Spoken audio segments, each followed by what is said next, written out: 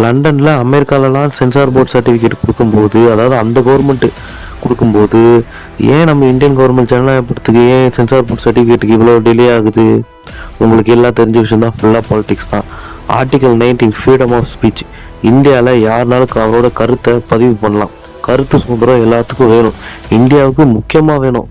அப்படின்ற பட்சத்தில் சினிமா படத்துலையும் ஆர்டிகல் 19 ஃப்ரீடம் ஆஃப் ஸ்பீச்ன்றது ஒன்று இன்க்ளூட் ஆகும். அப்படி இருக்கும்போது மற்ற நாடுகள்லாம் அக்செப்ட் பண்ணிட்டு இருக்கும்போது, அதாவது ஃப்ரீடம் ஆஃப் ஸ்பீச்சில் என்ன பார்ப்பாங்கன்னா மொராலிட்டி தான் பார்ப்பாங்க. அதாவது இது சொசைட்டிக்கு தகுந்ததா, சொசைட்டிக்கு தகுந்தது இல்லையா, இது ஏற்றுக்கொள்ளுமா ஏற்றுக்கொள்ளப்படாதான்றதான் ஒரு கான்செப்ட். ஸோ அந்த மற்ற நாடுகள்லாம் அதை அக்செப்ட் பண்ணிக்கும் போது ஏன் நம்ம இந்தியா மட்டும் அக்செப்ட் பண்ணல?